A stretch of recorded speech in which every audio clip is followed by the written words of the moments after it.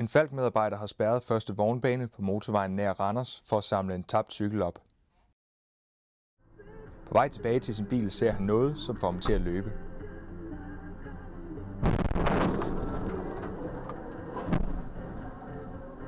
En lastbil har overset tavlevognen, som med lys og blink signalerer, at første vognbane er spærret.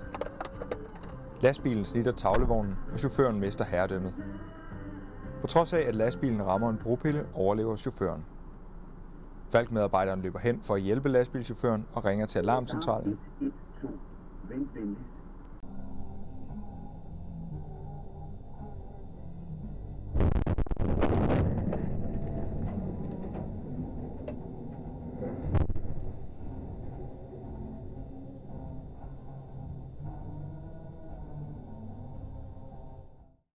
Det var denne tavlevogn, som lastbilchaufføren overså.